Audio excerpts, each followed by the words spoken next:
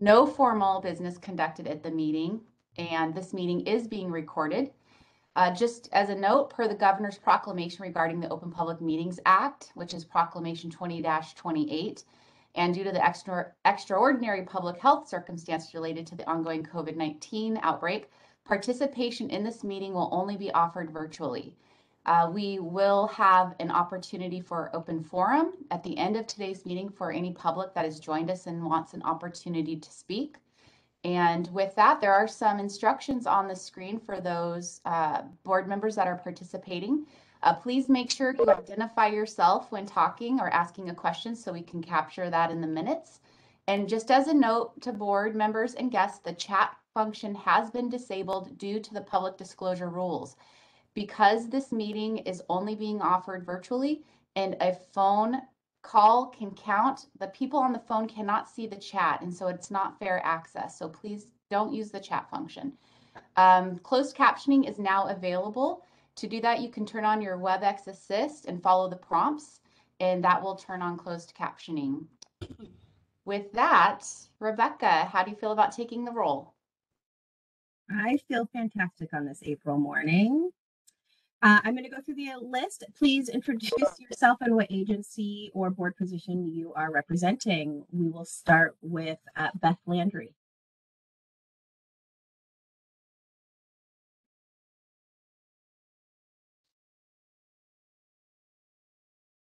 Beth, you are muted. Sorry, let's take two. Good morning, Beth Landry with Clark County Community Services, Homeless Crisis Response System Program Coordinator. Thank you. Bridget McLeeman. I'm Bridget McLeeman. I'm Community Representative District 2, I believe. Amy Rohr. I'm here. Kath Busha. Yes, good morning. Alicia Topper, Clark County Treasurer and Chair of the CAAB. Kath Busha. Good morning, everyone. I'm Kath Boucher, Dean of Student Engagement at Clark College. I use they, them, she, her pronouns. Dave White.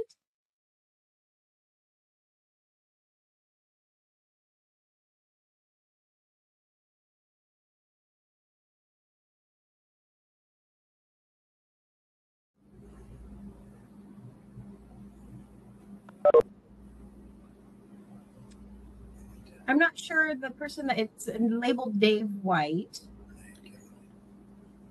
This is New Life Friends Homeless to Home, and I was just joining the meeting for Dave White. Okay, fantastic. Thank you. David Poland.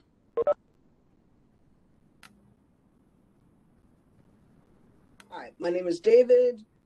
I'm the representative for the deaf community, low income, and my pronouns are he and him. Heather Palau. Good morning, everyone. I'm Heather Palo. I'm the Financial Wellness Program Manager at Clark College. Jamie Spinelli. Good morning. I'm Jamie Spinelli. I am a low-income representative for District 1. Janet Snook. I'm here. I'm from Community Services. Kim Hamlick.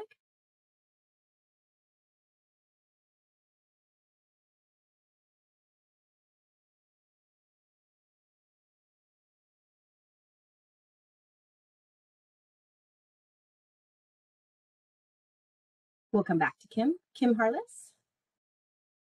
Hello, Kim Harless here, Vancouver City Council. Karen Kamroff. Hi, Karen Kamroff. I'm the low-income rep for District 2, and I use she, her pronouns. Michael Torres. Good morning, everyone. Michael Torres, Program Manager at Clark County Community Services. Michelle Cruz. Good morning, everyone. My name is Michelle Cruz. I'm the Vice President of Student Affairs at Clark College, and I use the gender pronouns as she, her, and hers. Rob Perkins.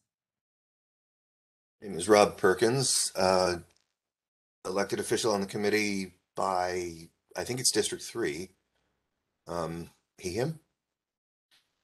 Sue Neal. Good morning, everyone. Sue Neal, Battleground Healthcare Executive Director. We also have sign language interpreters on the line. And I am Rebecca Royce with Clark County Community Services staff to the board. I think that is everyone. I don't see any new names popped up in the list. Thank you so much, Rebecca, and thank you everyone for taking the time to introduce yourself. We will have a very structured meeting this morning. For presenters, you will be given the opportunity to present for 5 minutes. We do have a timer on the screen and we will hold you to that time. After that, we'll have an opportunity for board members to ask questions. We'll allot about 5 minutes for Q&A, and then we'll move on to our next presenter. So with that, we'll go ahead and have the first up, which is Clark College, their financial wellness program. So go ahead and introduce yourself, and then we'll start the timer. Welcome. Thank you. Thank you, everyone. I'm Kathy Shea. I'm the Dean of Student Engagement at Clark College, and I am with my colleagues Heather and Dr. Cruz, so thanks for having us. I have some notes so we can ensure that we stay under the 5-minute timer, and we just wanted to thank you for your support of our students and look forward to your ongoing support of them. We are Clark County's only affordable college option, and we're focused on students achieving their educational and transitional goals into satisfying careers and improving their economic well-being. So with half of our students living at a household income of below 150% the poverty level, we're redesigning our programs and services to best meet the needs of our low-income students. The redesign is built on the success of Workforce Education Services, our department that provides case management to over 1,000 low-income students each year. With this model, the planners that work with our students provide individualized low-income students with access to tuition, fees, books, and public benefits. Increasing capacity to serve low-income students along with enhanced financial wellness and self-sufficiency programs builds on our positive impact for low-income populations in Clark County. Next slide, please. Thanks. So we aim to break the cycle of intergenerational poverty by providing wraparound support with career and financial planning for low-income students on their way to their educational goals. We're committed to innovative frameworks that bundle services across 3 areas. So education and employment advancement, income and work support, and then financial services and asset building.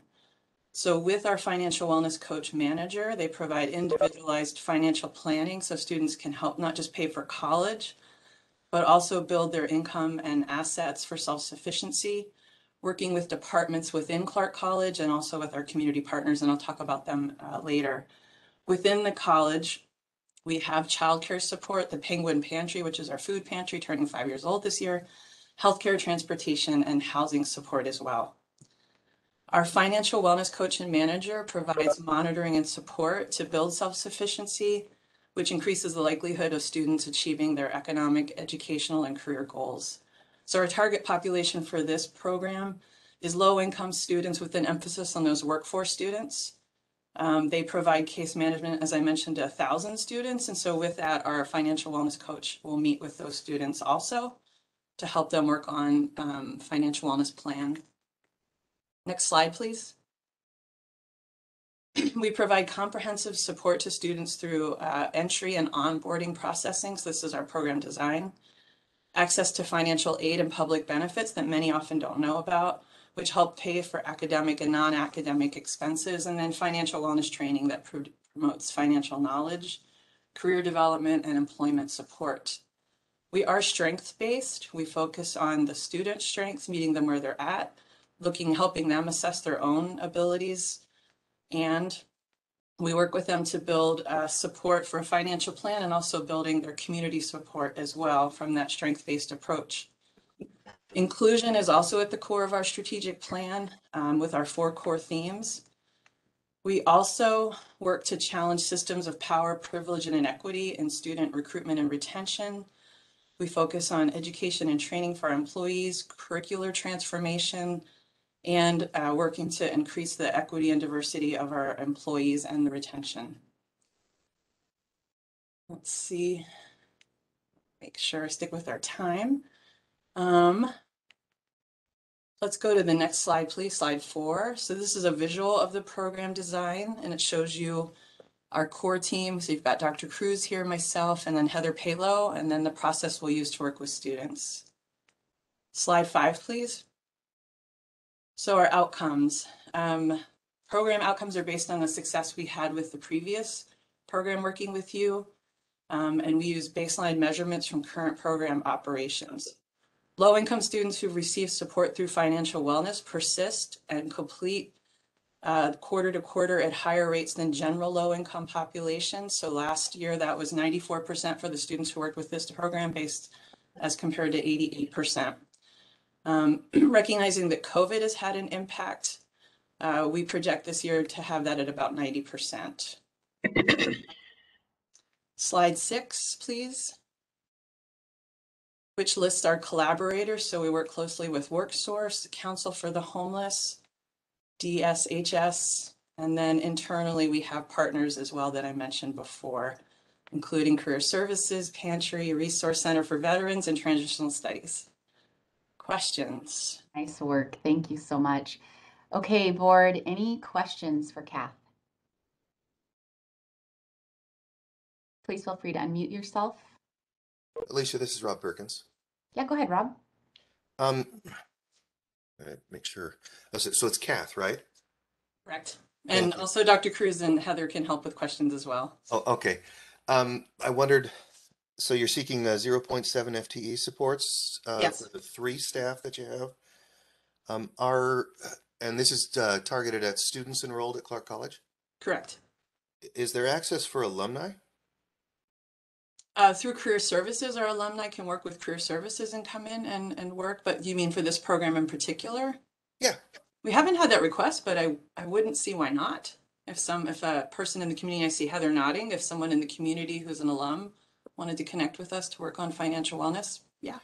I think in terms of like a running start graduate, someone who achieved an associate's degree with a high school diploma would not have as fully integrated into the culture of the college, but might benefit from the services that you're talking about. Yeah, as long as they meet the county's low income requirement, then we'd be happy to work with them for this program. Yeah. Okay. Thank you. Okay, yeah, thank you. Thank you, Rob. Any other questions for members of the board? It's Bridget McCleeman. I just missed, I'm sure you said it, but how many students were you projecting to serve for the coming year? I'm scrolling for the moment and looking at my colleagues just to make sure I get the right number. It's 230. Thank you. Thank you. I probably missed it. Thanks. Thank you, Bridget. Any other final questions? Hearing none, thank you so much for that well-organized and concise presentation. Appreciate it. On deck will be Battleground Healthcare with their dental expansion program. Welcome. Good morning. This is Sue Neal, Executive Director, Battleground Healthcare. Thank you for this opportunity. Next slide, please. And want to share with you and update you. And next slide, please.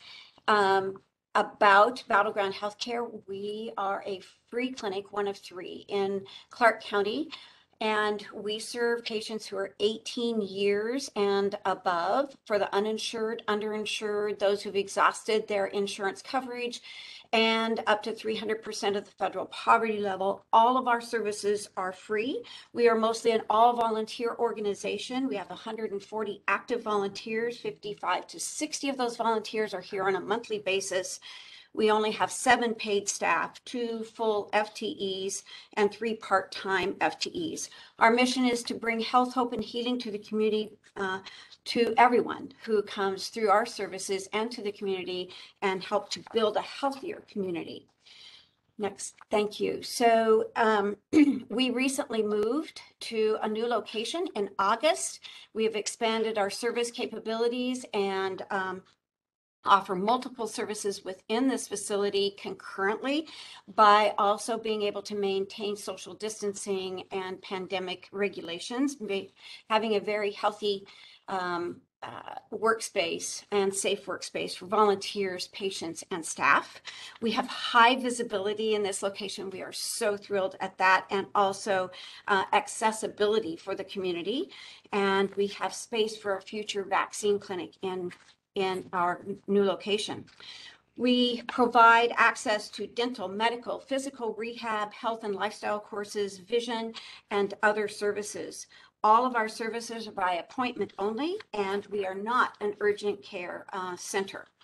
Our dental services, next couple of slides, please. Our next slide, thank you.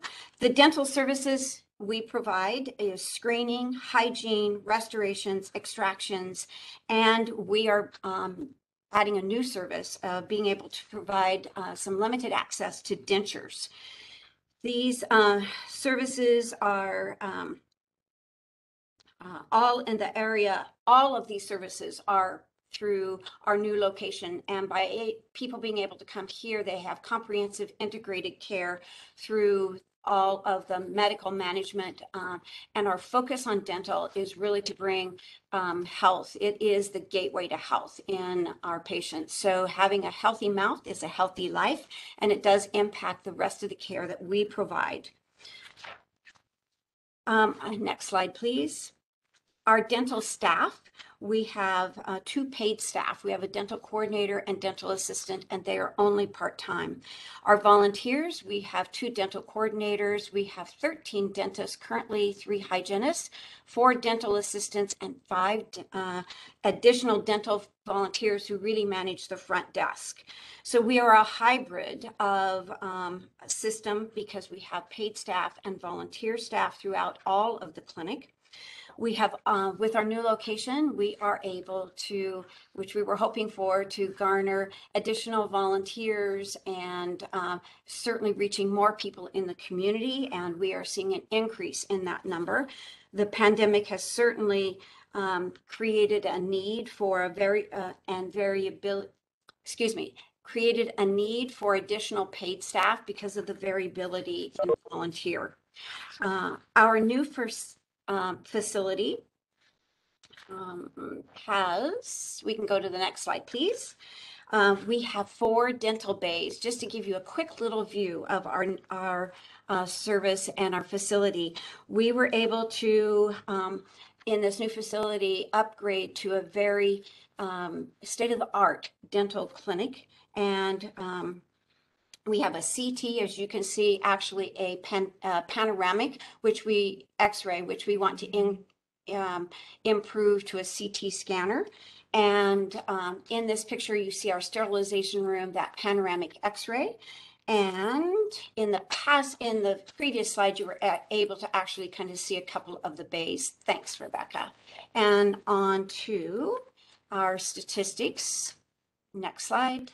There we go. So for 2021, we had 410 visits. We had 526 procedures at a value of $98,500.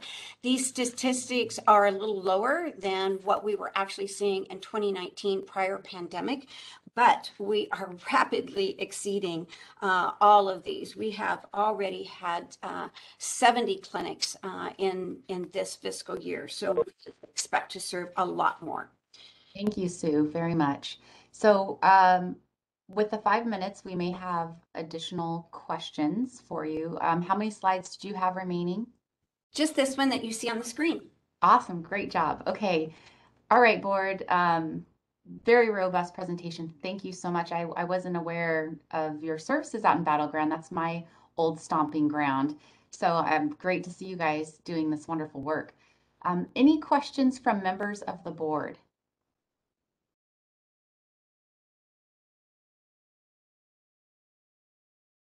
Are there any questions? Just because I always ask a question, how many do you expect to serve in the coming year with your dental program? Oh, what a good question, Bridget, because we are just blowing our statistics out of the water. So, you know, we projected to offer 80 clinics in this fiscal year, and we are already at 70. So where you saw that we had served 410 visits last year, I'm guessing that we're going to be close to almost doubling that. I mean, it is very robust. Now, don't hold me to that, but I'm anticipating because we are certainly, with our visibility and having free access to dental, which is such a need in the community, and it's a gateway to all of our services. So it's really going up very quickly in terms, and actually also to mention, being able to provide some denture services is going to be huge. So just to follow up, are you finding they're all Battleground and neighboring residents? Do you have a zip code requirement or anything? We do not. Thank you for that question as well. We serve everyone who comes through our doors, as long as they meet our qualifications. And it's all of Clark County and beyond. We don't have very many people outside of Clark County, but we do serve all of Clark County. Thank you. Alicia, this is Rob. Yes, please go ahead. Sue, I wanted to ask, I was really happy to hear about this, just like Alicia said. Are there clinics like yours elsewhere in Clark County, in Vancouver or Camas? Good question, Rob. There are 3 free clinics in Clark County, and all of us pre-pandemic offered similar services and had some dental. However, with the pandemic, the other 2 clinics have either closed their service or had to severely limit their services. So we are the major provider for free access to dental care in Clark County of the 3 free clinics. Thank you. And I guess as a follow-up, do the school districts know about you in the Family and Community Resource Center model? So they can refer families, the adults in the families of their students to services like yours? We do work with Battleground more than others, and pre-pandemic we were out there a whole lot more. So I would say yes and no. We're hoping to be able to be much more visible as things lighten up and open up to being able to get out more and do presentations or connect with people. And we are doing tours, and we are connecting with different organizations, bringing people through the new space and helping to let people know of access. Excellent. Thank you for answering that. Mm-hmm. Any other questions before we move to our next presenter? I have a question, it's David. Yep, go ahead, David. Hi, Sue. I have questions since you've moved recently, and I have met you before. Yes. I am curious, do you have, because I'm part of the deaf community of sign language, do you have some of your providers that volunteer that use other languages? That's my first question. And the second question is, if you were to get this grant, how will it improve your ability to serve people? Like, are you going to not have to turn some people away that maybe you had to turn down before, or do you see that it's going to do something else? Sure. Thanks, David. Good to see you. It's been a while. So we have interpreters, and I don't believe any of our dentists are bilingual, but we do have interpreters for the clinic and schedule them according to, we are not a drop-in clinic. Everything is scheduled. So we do know what our needs are of our clients. We also have, we pay for a professional interpretive service called Boost Lingo, so that we can provide access to any language. It's amazing, that for anyone who comes in to the clinic, and we're using that more and more. Your last question was? My last question was just kind of in general. If you get this grant, how is it going to help? Have you had to turn people away because you didn't have enough funding, or is it just to buy the equipment? I was just more clarification. Thank you. No, this is actually support. So to have a 0.25 FTE for a dentist, because most of our all of our providers are volunteers. This secures the ability to make sure that we have appointments and ability to serve. I see. So this is so you can actually have someone that's hired, they're getting some pay, and therefore, because you're giving them some money, there's more of a guarantee that someone will be there. Correct.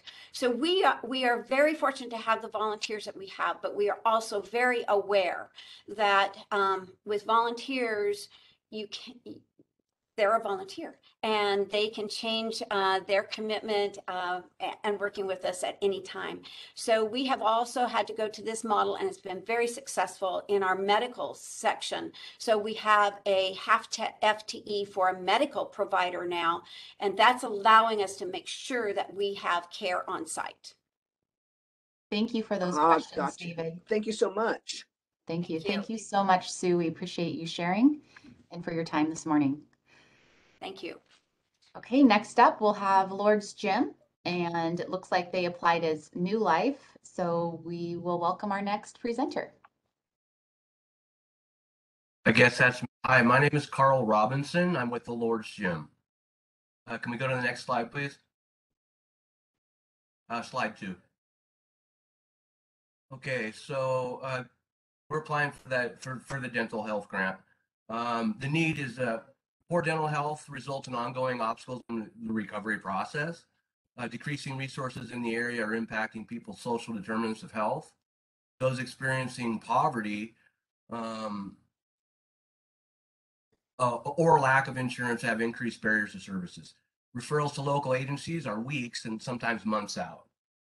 Studies show that dental health can be a driver in long-term recovery outcomes. Those people experiencing poor dental health suffer from ongoing tooth pain, low self-esteem, often feel judged by their appearance. Slide 3. So recently, the Lord's Gym has created programming to support a community center, offering after-school programs, including providing meals for families struggling with food insecurities, youth groups, youth sports, and youth-targeted mentor programs. Each person that comes to our program completes a physical assessment. Outreach workers will use these services to assess people at large in the community and assist with any referrals and transportation to those processes.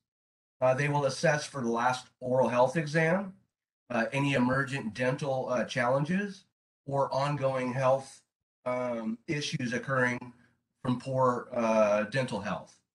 A small budget will be restricted for use with emergent needs. Slide 4, please. We're seeking $72,440 for this grant cycle. $37,440 will go to wages for 2 part-time case managers. $18,000 will go to operations costs. One-time start costs associated with startup to build program supports, design program implementation, and implement quality assurance supports. $72,000 will be for administrative supports. $10,000 will be restricted for funds towards emergency dental care for residents and the community. Next slide. Our projected outcomes for the 22 year into 23. We're hoping to serve 75 participant applicants. 50 unique members will be provided dental services. 60% of referrals provided in 7 days, and 75 unduplicated individuals, and up to 25 individual families with children per year. And I do have Christina that's here available for questions. Thank you, Carl. Do you have any additional slides? You have a little bit of remaining time. Are you open to questions? I guess I should have slowed down my process. No, no problem. You did great. Okay, any questions?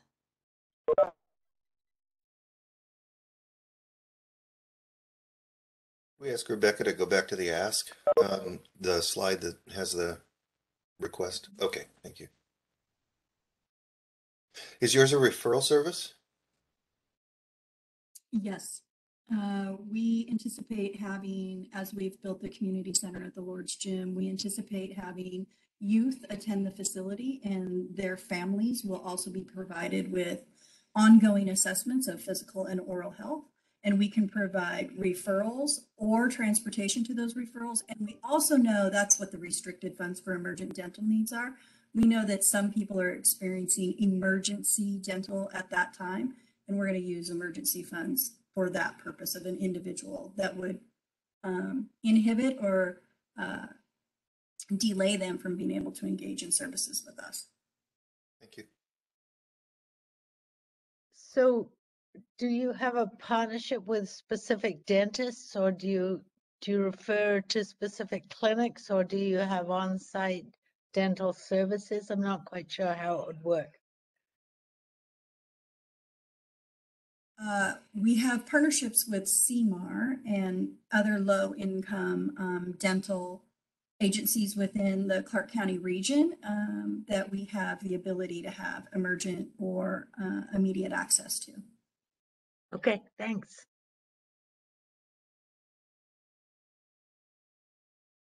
Any other questions for Carl or Christina? This is Rebecca with Clark County. In your application, you stated that you would be able to provide services out in the community and at your community center.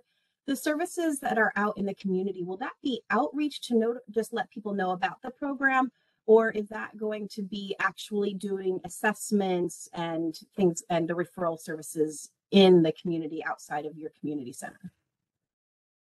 We actually have two peers working who are case managers who will be working at the community center themselves, assessing everybody who comes in and providing outreach within the community to let people know about the new services that are being provided at the gym, draw people in, and provide outreach and assessment in the community as well. So assessments will be provided out in the community outside of your community center? Okay, thank you for the clarification. Thank you for that question, Rebecca. Any final questions? Go ahead. I think Bridget, your voice is still on. That's okay. Okay, hearing no additional questions, we'll go ahead and move to our next presenter. Thank you so much, Carl, for sharing. Up is SHARE and their Hunger Response Program. Welcome. Good morning. I am Diane McWithy, Executive Director of SHARE. I'm here today to talk about our Hunger Response Program, which addresses the immediate food needs of children, families, people experiencing homelessness, and people living in poverty. According to Feeding America, 48,480 people in Clark County have food insecurity. And food insecurity is when you can't pay the bills to buy food, or you don't buy food and you pay your bills. So if funded, this application will combat the high rates of food insecurity in our community. And SHARE's Hunger Response Program consists of our hot meal program at Share House and our Children's Hunger Initiative, which is the backpack, the summer lunch meals, and the food banks at the schools that we have. Okay, so next slide. So our hot meal program began serving meals in 1985 and is a cornerstone of our SHARE. This program has evolved from distributing sack lunches to serving hot lunches only, to serving breakfast, lunch, and dinner 365 days a year. COVID brought many changes to our hot meal program.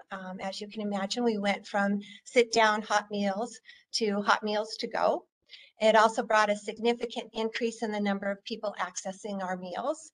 Our meals nearly tripled, and we have not seen a significant decrease since COVID. In 2021, we served 90,051 meals. COVID also saw our volunteers quarantined at home, and so our admin and our development staff were called upon under COVID to keep the program running. And normally this program runs with just the efforts of 2.5 FTEs and hundreds of volunteers. So it did put a burden on our program to keep it running, but we never shut down for a day. So our hot meals also rely heavily on our Clark County Food Bank partnership and food drives by local churches, businesses, and schools. The next slide. So our hunger response program also has a children's initiative, which encompasses the backpack program, food pantries at our schools, hotel bags, and summer meals. The backpack program provides food to support the child over the weekend when they do not have access to free breakfasts and lunches at school. We're currently at 81 schools in 5 different school districts throughout Clark County, distributing an average of 850 backpacks every week. We also distribute an average of 60 hotel bags, which includes food that do not require a can opener or a kitchen to prepare. Our goal is to support families and children experiencing homelessness, which may include unaccompanied youth, families living in a car, children or families who are couch surfing, or other situations in which the child and the family might find themselves without a kitchen or utensils to prepare their food. Food pantries at our school provide fresh fruit and vegetables, meat and dairy products that cannot be sent home in a backpack, and parents come to one of 18 local schools to shop at the pantry for food to take home. This program also provides 22 pantry boxes at participating middle and high schools, which provide healthy snacks and single serving items to heat and serve that they get by requesting from their counselors. So next slide. Thank you. I did my best to fit in there that 5 minute and talk about a program that really touches the lives of about 3,000 people. I appreciate your time and consideration for our application, and I can answer any questions you might have. Thank you, Diane. Very well done. I appreciated the PowerPoint too. Let's see, any questions from members of the board? Alicia, can I just make a comment? Of course. Diane, on behalf of the schools everywhere, thank you for being there for those kids. Just, it's a tremendous game changer for kids to be able to take home food. And my appreciation for that is lifting burdens everywhere. Thank you. Thank you, Rob. We really struggled when COVID and schools were shut down, but we worked really in partnership with the schools to get those out as to-go packs and still kept it going. We anticipate the reason for this ask is that our backpacks are not up to where they were before COVID at 850 bags a week. We were at 1,700 bags a week prior to COVID, but we are on a fast track to bring that back up again. And I imagine that by this application, we will definitely be back up to those numbers again. Diane, I have a quick question. Sure. Are you feeling the inflation in this program, the costs for food, and how do you calculate that that's going to impact your ability to serve the number of children and families that you hope to? It definitely is having an impact, not just on the cost of food, but also on delivery charges. We have a ProMaster that we use to deliver food for those food pantries and to pick up food for our backpack programs. And definitely down at Share House, the impact of the additional cost of food is significant. So we're factoring for that. We have an appeal every year that we dedicate simply to the Hunger Response Program. It comes in June, and we are securing sponsors for matching donations for that appeal right now. But yes, I anticipate it's going to have a problem, and we are fast tracking our fundraising as much as we can. Okay, thank you for sharing that. I know it's difficult for a lot of families on fixed incomes with the increased costs in food and at the pump. So. Definitely. Any other questions for members of the board? Okay, hearing none. Thank you so much, Diane, for your presentation. You. Okay, be well. All right, we have another presentation from Lord's Gym. This is regarding food assistance, so welcome. And hello again. Hey, Carl. Carl Robinson, still with the Lord. Can we go to the next slide, please? Okay, so we know that based on studies, what we know based on studies is those children facing food insecurity are sick more often and often do worse in school. They can develop impairments that limit their physical, intellectual, and emotional development, leading to adult traumas such as generational poverty, substance use, mental health issues, criminal activities, and houselessness which exacerbate their problem and hinder their steps to recovery. Slide 3. Recently, the Lord's Gym hired a youth director whose goal is to expand our youth programs, grow after-school activities, including weekly youth nights, open to the public where meals are prepared for families and food boxes are distributed. We aim to add one full-time employee with this request to oversee ongoing meal preparations, food distributions, meal planning, training, and on-the-job employment experience for our transitional homes residents and the community, and to support HMIS reporting. Next slide.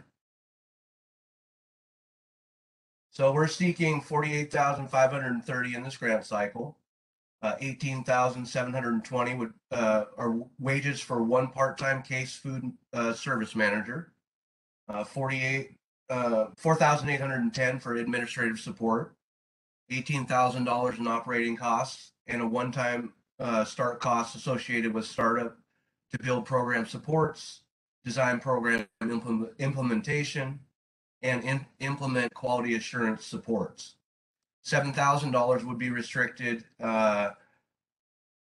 for funds towards emergency food assistance for residents and the community, or purchase of food bank supplies.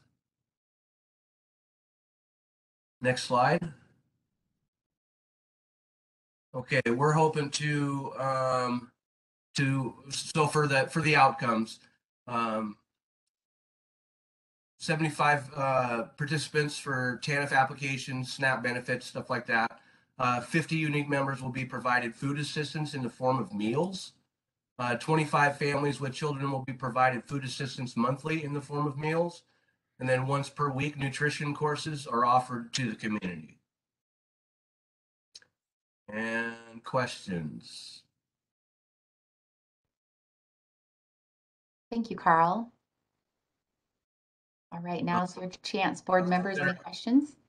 I will throw out there that our first youth night that we started back up had 150 kids show up. It's great attendance. Thank you for sharing that. Alicia, this is Rob. Yeah, please go ahead. Is this all, Carl, is this all centered around your location on Grand Boulevard, or do you get out into East County at all? Well, so we have a lot of community partners, and we are starting to re-engage with them and provide outsourcing and referrals out in the community. Obviously, without case managers present at this time, it's a little harder now. Christine, you got anything to add? Currently, I would say the crux of the Lord's Gym right now is building this community center. And what we have found is we've already started operating youth services, which the first one, as Carl was speaking to, we had over 100 youth on the first night. We've partnered with Birch and with Clark County Food Bank to provide food boxes for youth and their parents at the end of the night if their child or their family needs a food box. We're also providing meals on that, and we're quickly expanding this particular part of it to be 2 nights a week. We've hired a youth director who's very involved from Fort Vancouver High School, and the services that we've started just like kind of exploded, where I would say we undershot our numbers and outcomes on a very conservative estimate. I believe we will far exceed that. Very good, thank you. I wanted, I'm getting a little confused because Lowe's Gym does so many things, and I'm trying to figure out, so you have the center on 4th Plain, I guess it is, or wherever, and you provide services for youth and some family services. I saw the New Heights mentioned, and I wonder what the connection was across New Heights and Lowe's Gym, whether that was part of this. So New Life Friends Church is the actual building. Lord's Gym operates in that building. Christina? So New Life Friends Church has been in the community for a very long time. Literally, the building is called the New Life Friends Church, but if you were to look on it, you wouldn't know that it's a church. It's actually a gym that's been totally taken over by the Lord's Gym.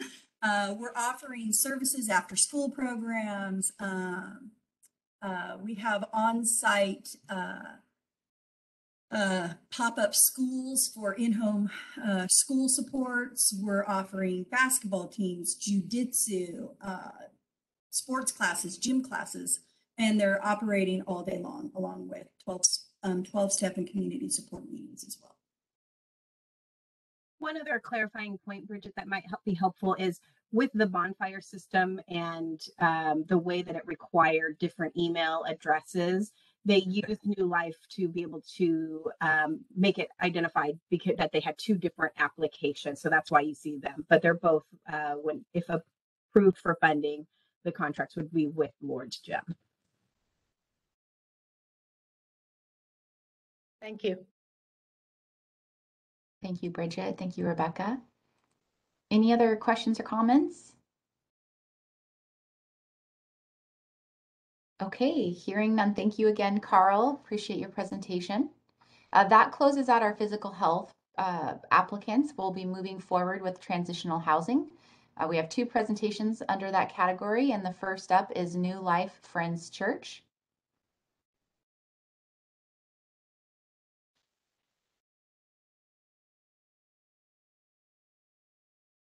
Do we have a presenter? Can you hear me okay?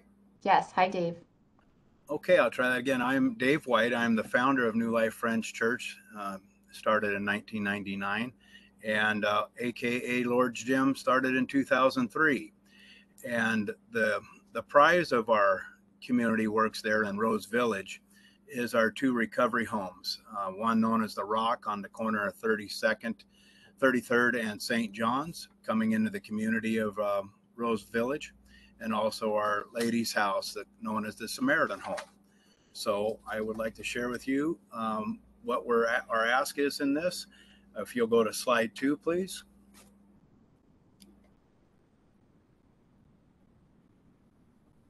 Hi, Dave. I did not receive a PowerPoint from your agency. Oh, Christina, no PowerPoint? Nikki sent over PowerPoints for all three of those. I could share if it would be allowed, and then I could send this over to to the board. Well, if I'll go ahead and share with what I have here. I have the notes here in front of me. Is that okay with the board if I go ahead and just share while we're not sure what happened? Continue to present. That's okay. Yeah, so the homelessness is a humanitarian crisis in this nation, and we all need to do more to help those around us. We aim to do that by providing the much needed intersection of recovery housing for those who want to support and help. Currently, there's 516 persons per day in 2020 experiencing homelessness, and the numbers have only increased.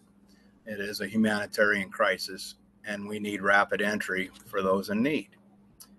If we go to the next slide, please. Oh, you don't have it. Our proposal is this: to decrease unsheltered individuals, aligns with the county's mission to increase basic needs and options, and we aim to decrease exits from housing. The proposal of our recovery housing operates from the perspective of providing 8 essential skills while a person resides with us to help them be successful.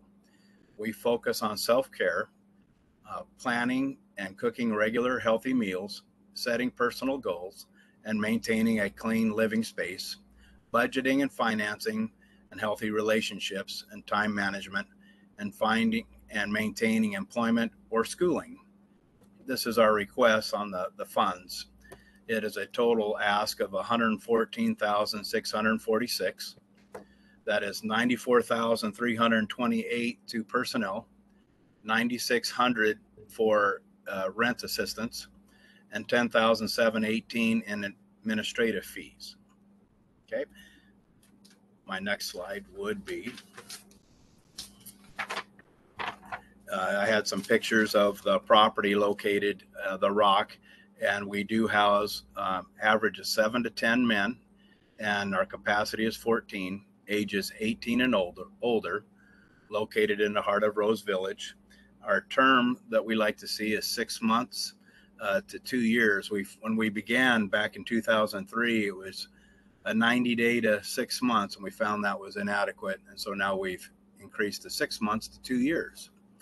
Our goal is to lower the barrier by rapid access housing. Our focus is a structured faith-based housing that focuses on the cognitive behavioral therapy with primary diagnosis of substance use disorder and low barrier mental health, such as depression, anxiety, or PTSD.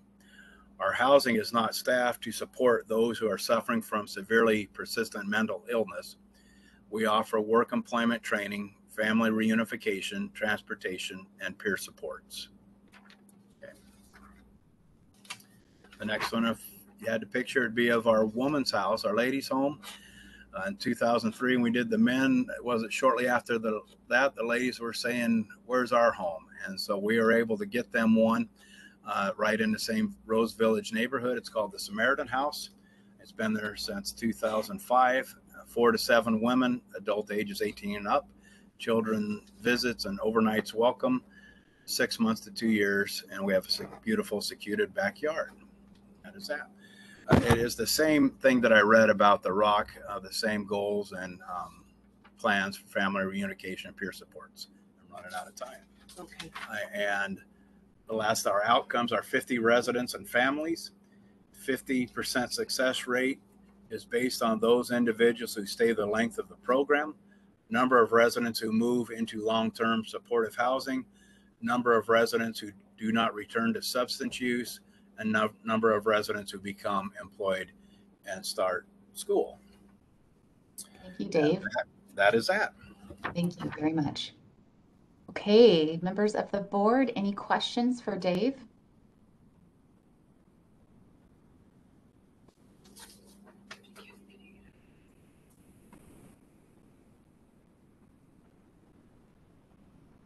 So I know it would have been easier for me to visualize with the Alicia, slides. do you mind Yes. if I ask a question? This is Beth here with Clark County. Hi, Dave. I just wanted to get some clarification. I know we had discussed this on email, and the CAAB members in their scoring process do have access to those emails. I just wanted to have you confirm that the transitional housing program will be able to comply with the expectations of providing PSH level supports to persons in need referred through coordinated entry. So that does include 24-hour staffing and possibly some work with intensive need clients, people that are experiencing significant mental health concerns. Granted, there can be program-specific design. I just wanted to have you confirm that the program will comply with coordinated entry requirements for serving PSH level folks. Let me go with my professional on site, Christina. We do have 24-hour staff at the house, which is on-site house case, on-site house staff members. So we have a housing manager who lives on site at each house. When we talk about severely persistently mentally ill, our challenge is for those individuals who have not stabilized on medications that are needed. So it will be, we are willing to work to get to the point where we can support those individuals experiencing SPMI, but we also need to have stabilization on medication before entering residence. Thank you.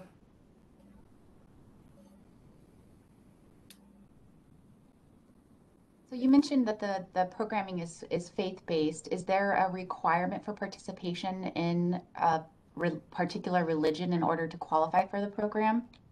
That's a great question. Answer is no. The ring with the New Life Friends and the Rock, Lord's Gym, so we're kind of one big family in this. And so people kind of know they're coming around a faith-based community. It's not a criteria at all. We just want to meet everybody where they're at, and we don't put any restrictions on that. Thank you for that clarification. Any other questions for members of the board? Okay, seeing and hearing none. Thank you so much, Dave. I think you did a great job even without your slides. And it looks like you're off the hook. Okay, well, thank you guys for your time and consideration. Thank you so much. This is Rebecca. If you can send me the slides, I will make sure to include them in the PowerPoint before I send it out to the board. I just spoke with Nikki Dave. She just sent them over to Janet. Thank you, Christina. Thank you, Rebecca. Okay, next up is the YWCA with their Transitional Housing Program. Welcome. Hi, good morning, everyone. My name is Emma Freeberg. I'm the Contract Compliance Specialist with YWCA Clark County. Also here today is Vanessa Yuri, Deputy Director of YWCA Clark County. Thank you so much for taking the time today to hear our presentation. We're excited to tell you about our proposed transitional housing program that we would plan to implement if awarded these funds. Next slide, please. So for this program, we plan to partner with Second Step Housing, a local agency here in Clark County. Second Step Housing already has buildings or residences available for this program, that would become available for this program. Those buildings house up to 6 households at a time. So families in this program would be able to stay living in the homes and in the program for up to 24 months, utilizing a progressive engagement model. The program will serve houseless individuals experiencing and/or fleeing domestic violence, as we are a domestic violence victim services provider at the YWCA. We anticipate that many of those served in the program will come through our Safe Choice DV shelter.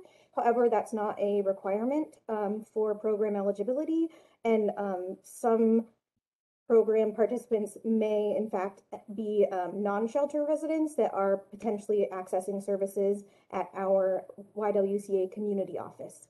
Again, so we anticipate folks kind of coming through our shelter, but also not necessarily through our shelter. It's open to DV survivors who are non-shelter residents.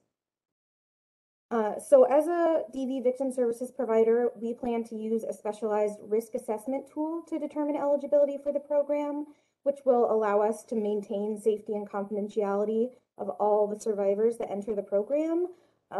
Given that we are a victim services provider, safety is always our top priority when it comes to working with our participants. The participants will have a monthly rental contribution that will be determined based on their income.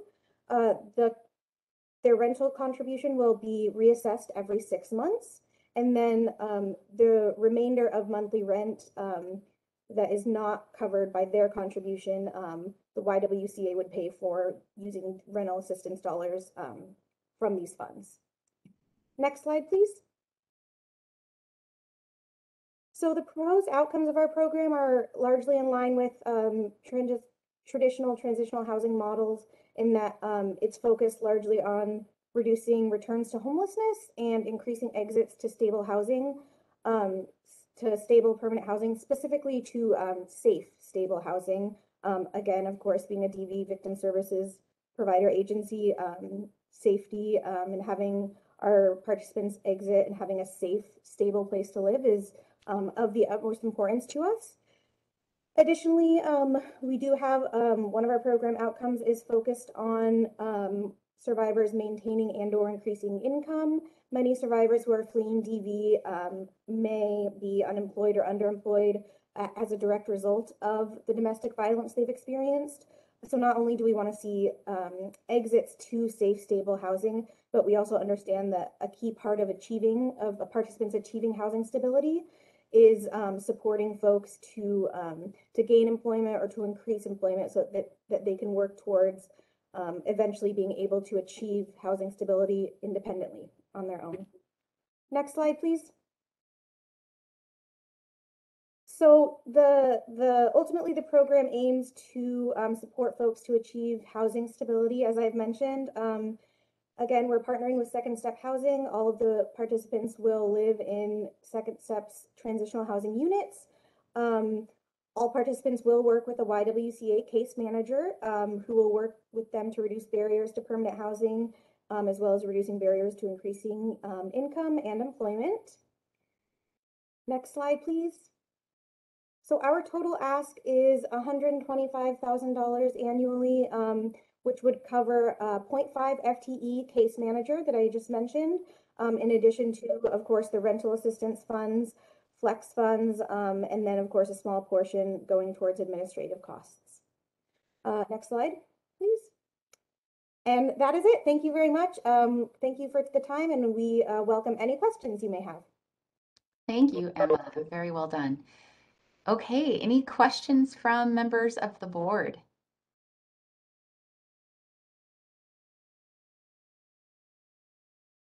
I may as well ask my question then. I noticed two of your outcome measures there were decreasing the time between getting the referral and getting into transitional housing. Is that the key problem time where you identify a client, they meet the assessment, but you don't technically have space at that time? So there's a wait period. Am I reading that right? So yeah, so the idea is essentially those outcomes have to do with wanting to avoid you know, assessing someone who'd be determined to be eligible for transitional housing, but then the wait period between when they can actually enter not being too long. So our model will essentially involve when an opening is available. That's when you know, when a slot becomes available is when we will be able to do an assessment. And again, keeping in mind that we anticipate folks coming from our shelter directly. You know, we are the only DV specific shelter in the county, and the need is incredibly high. So you know, the more we can increase safe exits from our shelter into programs like this, for example, the transitional housing, then the more availability that opens up in our shelter. So yeah, thank you. Thank you. Thank you for that question, Bridget. Any other questions? Beth, you have your hand up. Hey, Emma, can you talk about how 24/7 supports will be available with 0.5 FTE? Yes, actually, I'm going to defer to Vanessa on that. I think she can answer that question. Thanks, Emma. Yeah, the beauty of this project is that the staff person is part of our Safe Choice Domestic Violence program, which does offer 24/7 services. So we will be able to provide not only 24/7 services to everyone in transitional housing through the Safe Choice Domestic Violence program, but also through our partnership with Second Step. They are able to provide on-site services as well. And then we, in addition, have the 24-hour hotline. So we have multiple ways for anyone living in that transitional housing program to access an advocate at any time.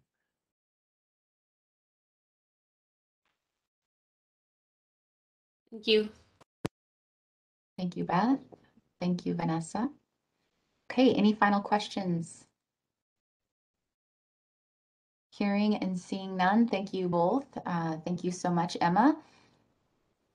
And that is the last of the transitional housing category under the homeless crisis response system. We'll now move over to shelter capacity increase with Outsiders In. Welcome. Good morning. Hi, everybody. It's a pleasure to be presenting here this morning. My name is Adam Kravitz. I am one of the directors of Outsiders In, and I'm here to speak on behalf of the funding for the men's shelter at St. Paul's Lutheran Church, where we are honored to provide shelter to 25 men each night. Next slide. In 2020, St. Paul's Church asked if we could support the continued operations of the Wintertime's Men's Shelter through all the other seasons to keep it open year-round, and we did. And today we are here to ask to continue that work with your support. Next. Outsiders In was formed in 2016. After our own lived experience with homelessness and navigating services, we started out actively advocating around policies, collaborating with innovative care programs, and speaking up for our neighbors that were struggling to find safe and stable housing, also while honoring the lives of those that were lost on the streets. Next slide. As you consider adopting the funding opportunities before you, I'd like to share with you our mission, what makes Outsiders In different, and some of the successes we've had. Our lived experience and grassroots collaboration leads us to our mission, which is to lift people out of homelessness through advocacy, support, and resources while serving the community with integrity, transparency, and respect. Next. We were founded by people who have lived experience with homelessness and housing instability. We are peer-led and operated organization, and we understand that the services should be guided by those that are receiving those services. Next. We operate on the premise of recovery, that every person is needing to have hope that recovery from homelessness, trauma, addiction, and mental health is even possible. Next. By our very presence in this work, we embody that hope. We believe in the value of lived experience of peers working alongside people as they create self-directed goals towards housing. We have staff that have first stayed with us as guests. They were just people that came to us struggling. They worked hard to acquire safe and stable housing, and now they're ready to contribute and be part of community in a meaningful way. Next slide. The staff and culture we create together at St. Paul's is passed on to the guest as we provide a welcome, safe, and supportive atmosphere where the journey of self-discovery and recovery can begin.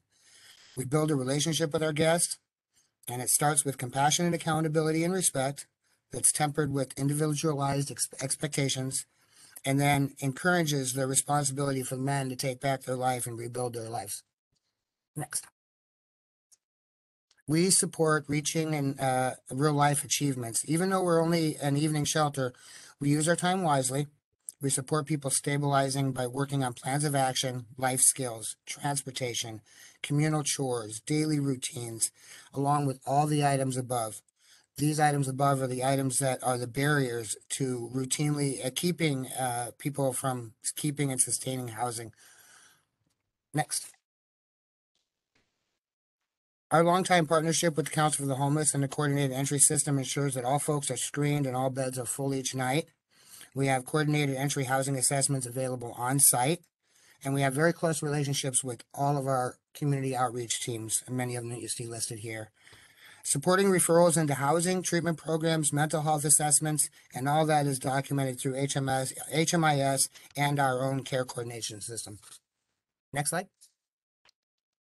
We feel that we are responsive to the community. We support many other vibrant programs that are embedded in the community to be responsive to the emerging and changing needs, like the unhoused resident mail service, where people can pick up mail 6 days a week, the new Outpost Safe Stay community, and most importantly, our Community Cooks Meal Train. Next slide.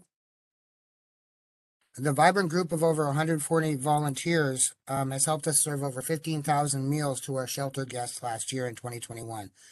Many people in the pandemic shifted into new ways of connecting and supporting some of our favorite programs, and we appreciate them with every meal that arrives warm and ready to eat. Next.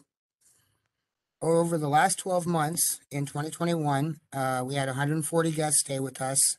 31 found positive next steps. And if we break that down a little bit, 14 exited into permanent housing, 5 exited back into family reunification with family and friends, 4 left for higher levels of care.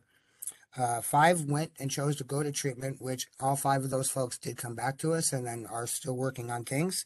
And 3 folks decided to clean up their wreckage and return to jail to cover, past crimes and things. Next slide. Who are we serving? 30% of people identified as persons of color. 13% have been identified as veterans. And a whopping 79% have identified as having one or more disabling or chronic condition. Thank you, Adam. Oh, time. Time, yes.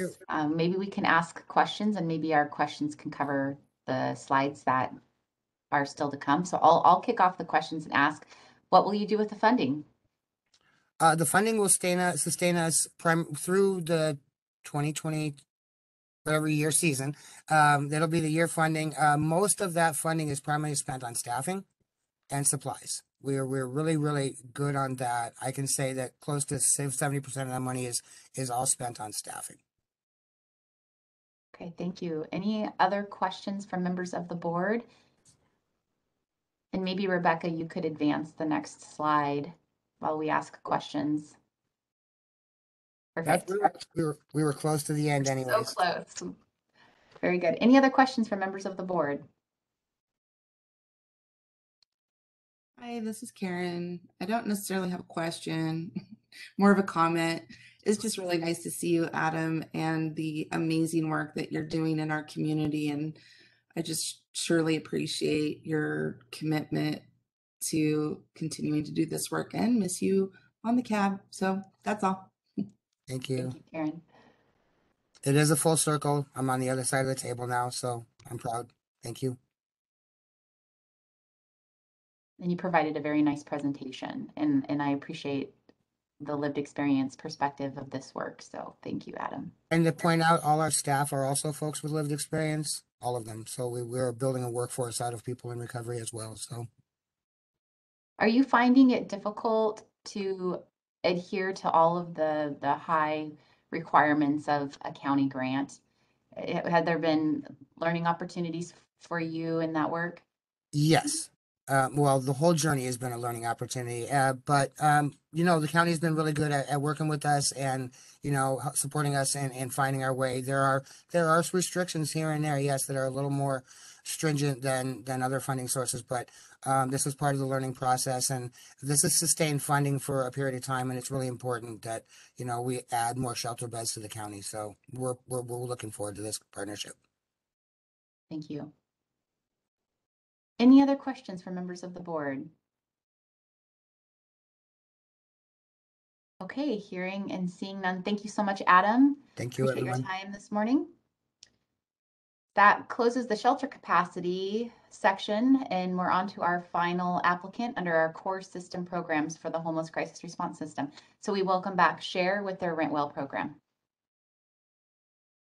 Hi, everyone. My name is Talia McDade O'Neill. I'm the Assistant Director for the Affordable Housing and Stability Program, and today I'm going to talk to you about our Rent Well program. SHARE is a certified partner agency with transition projects to carry out the Rent Well program within Clark County. Rent Well is, next slide. SHARE is a certified partner agency with transition projects to carry out the Rent Well program within Clark County. Rent Well is a 15-hour tenant education course which empowers individuals by giving them the tools to find and maintain stable housing. Classes are taught to students in 3 different ways. Classes are taught historically in-person classes with a certified instructor. Then in 2020, they adapted the curriculum to be taught on Zoom and have since launched an e-course model of the class. The Rent Well program also offers a landlord incentive fund. Once a student graduates the program, they then have 18 months to find a landlord willing to rent to them. Once the guarantee is registered by the landlord at the time of move-in, then if the graduate vacates a rental unit within the first year of tenancy, the landlord can recoup up to $1,000 for unpaid rent, damages to the unit, or legal fees beyond the amount of the security deposit. Next slide.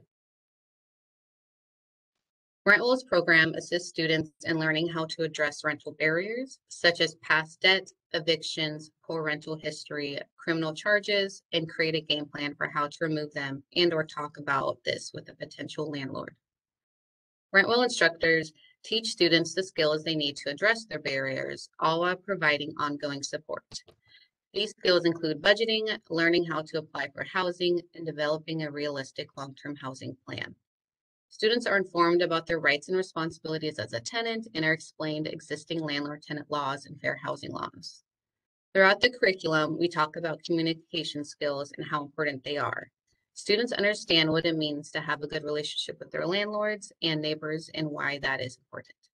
We play games in the curriculum to get them into the mindset of the landlord. That way they can better understand what a landlord is looking for in a tenant. Budgets are a major part of the curriculum, as well as credit repair and credit building. This is an essential part of the course because we want people to not just get the keys, but keep the keys, and budgeting plays a huge role in that. We also want people to know how to move out of their home in a way that keeps their rental record intact. We go over not just them giving their own notice, but what it looks like if a landlord gives them notice and how they could remedy those. Our instructors understand that each individual is going to be presenting with different skills, which is why they use a strength-based and trauma-informed approach to empower the students. Next slide. In addition to SHARE's role as a certified partner agency and curriculum instructor, the tenant education coordinator also oversees the roles of partner agencies and instructor certification. Coordinator continues to be responsible for monitoring the programs, ensuring program protocols are being followed, curriculum is adequately updated, and instructors conform to the curriculum. We have 9 staff who are either fully certified or in the process, as well as 4 new staff that will be starting the certification process soon. Many of these staff are housing case managers who carry a caseload or staff who work at our shelters. As part of this role, SHARE's rental coordinator is responsible for instructor observation and support. The coordinator will meet with the first-time instructors to coach them through frequently asked questions, material review, and any hesitancy with public speaking. In addition, this person offers routine gatherings with area instructors for support. As an agency, SHARE offers several courses annually. We have started the year with virtual classes due to COVID. Students have been able to check out a tablet to use while they are attending the courses, which is allowing them to have the full virtual learning experience. We are now starting the process of returning to in-person classes, and some things that are coming up this year that we are excited about is that we are having our first rental class that is being offered in 2 Keys for our clients at one of our family shelters, as well as partnering with an outside agency to hold classes at a central location. We're excited about the opportunity to remove transportation barriers to attending this course by physically meeting the students where they are at and offering the course in a location that they are comfortable with and feel safe in. We had a recent rental graduate share with us that she felt prepared from taking the course and that it was a good feeling. Knowing that we are able to empower the student and move them along the path to success is a great reminder that this program works and that there are many other potential students that can benefit from this opportunity. So thank you for considering our application. Thank you so much. Are there any questions or comments that I can answer? Any questions from members of the board?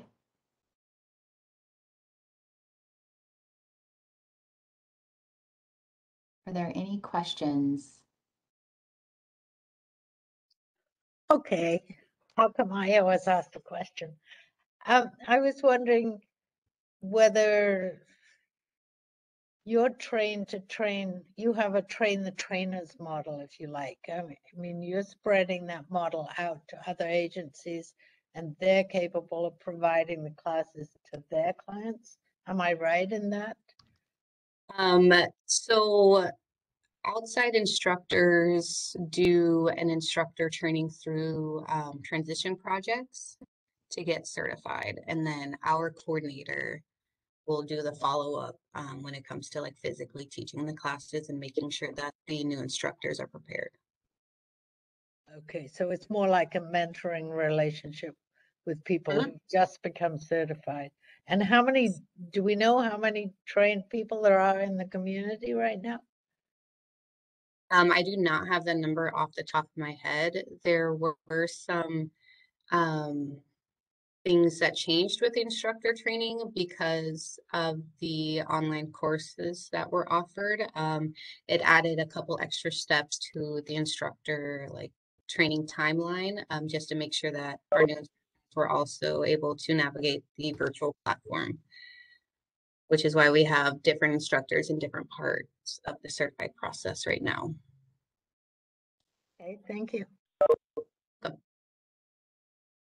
Thank you, Bridget, for being dependable to ask a question. I appreciate it.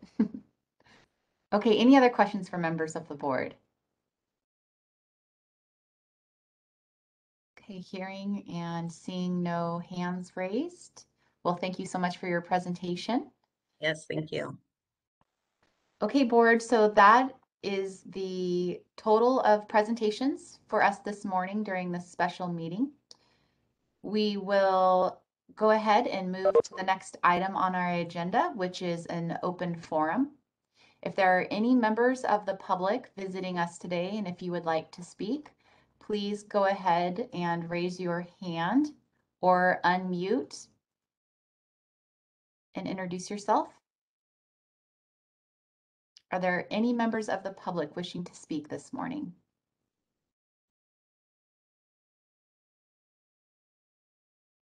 Okay, hearing none and seeing no hands raised, we'll go ahead and close the open forum.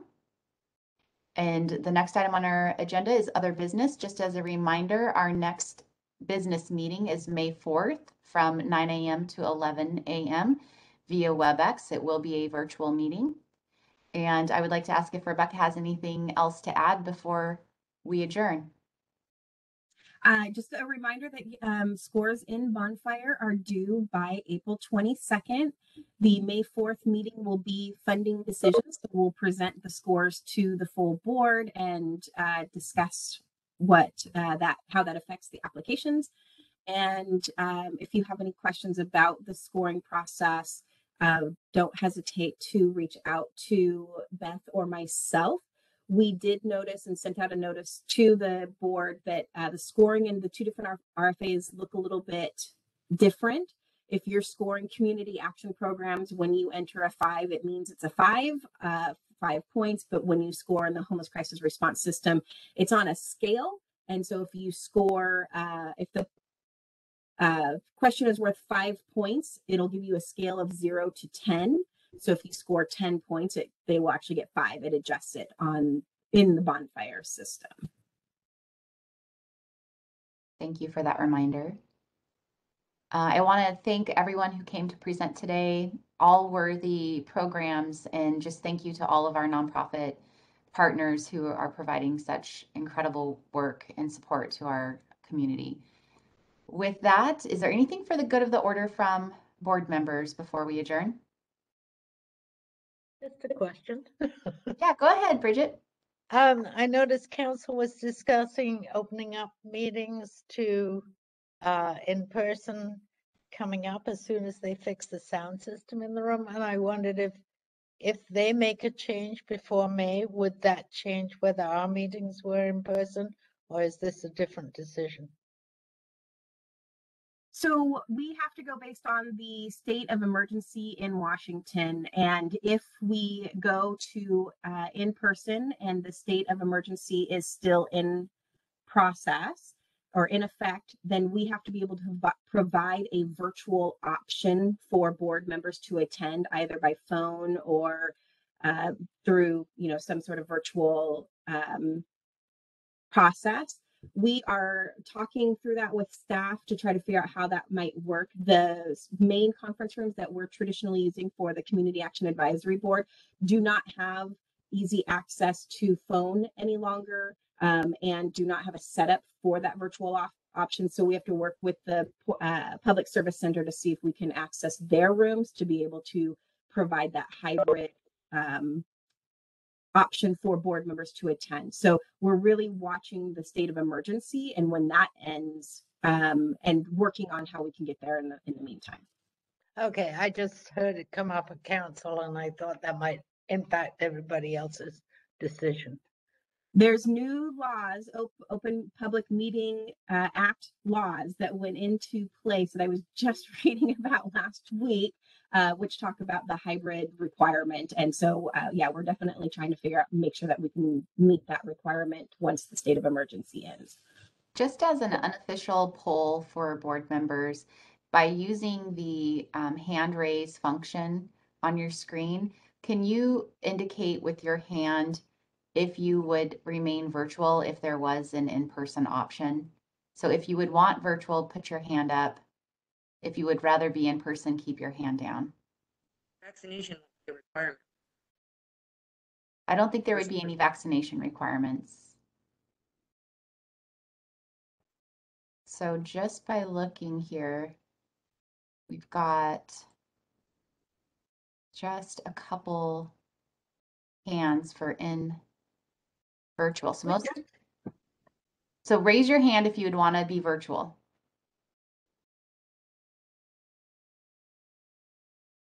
So Rebecca, it looks like we would need to have enough space for almost the majority of the board. Thank you, Kim, for indicating your preference. Appreciate that. And I don't know, Jamie, if you have that functionality, if you're on your phone or a computer. Okay. That was a very good unofficial poll. Okay, so more discussions to come on our meeting formats, but until then, we'll continue to be virtual on May 4th. And if there's no other items for, This is go ahead, Karen. Karen. I do have one question. I don't know if this is something that we can just talk about more in May, but I'm just curious about the redistricting and how that might impact what districts that we're representing or in, or how that might change like our eligibility for what district we're in. Yeah, so I've been watching closely the county council on the mapping for going to 5 districts. If you have heard, they're deadlocked on what they're doing, and they've asked the county staff to come back and redevelop a 5-district map. We are waiting till we have the official map to then identify where people will fall in the districts and then open it up to additional positions to make sure that we have 5 representatives from each low-income community and elected representatives for the board. So we are keeping a very close eye on that.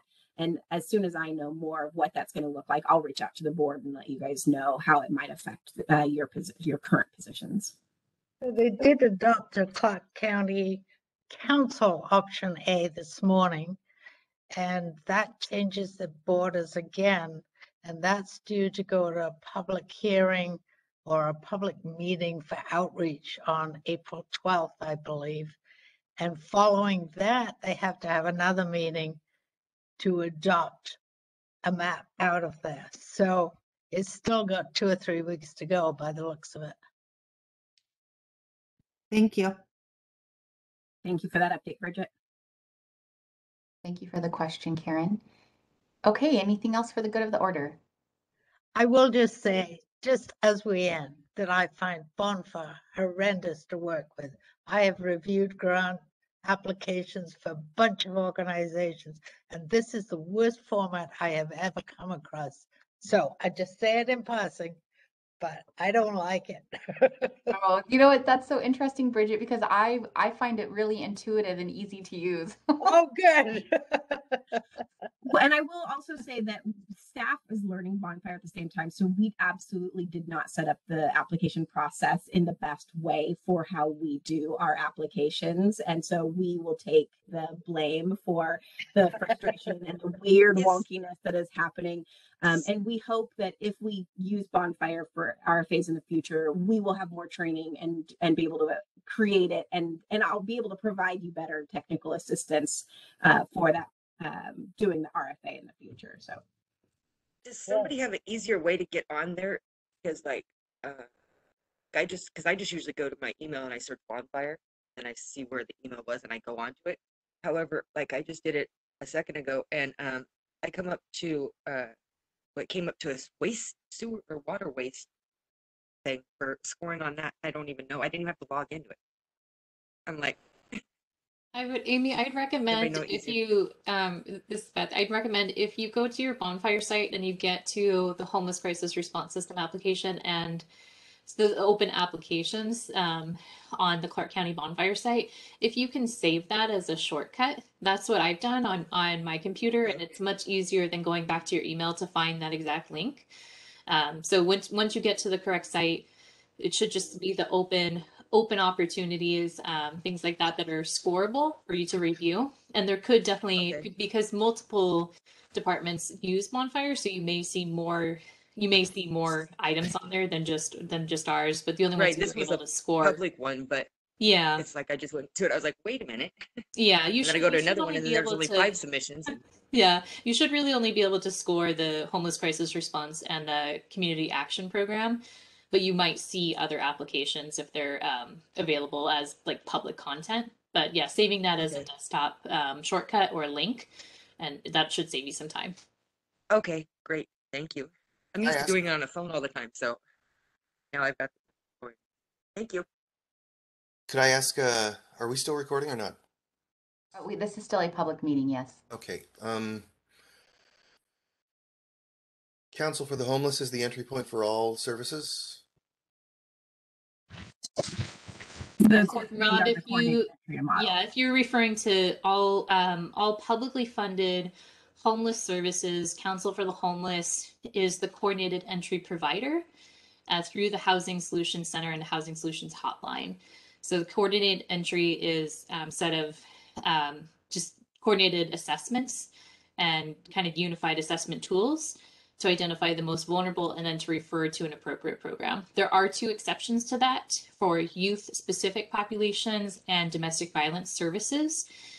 Those 2 entities may have altered coordinated entry approaches, and the general expectation is that our youth and DV providers are collaborating with other continuum of care partners so that there's good sharing of information, everyone's working together, but coordinated entry rules by state and federal guidelines do allow culturally specific points of access if that's elected by the community.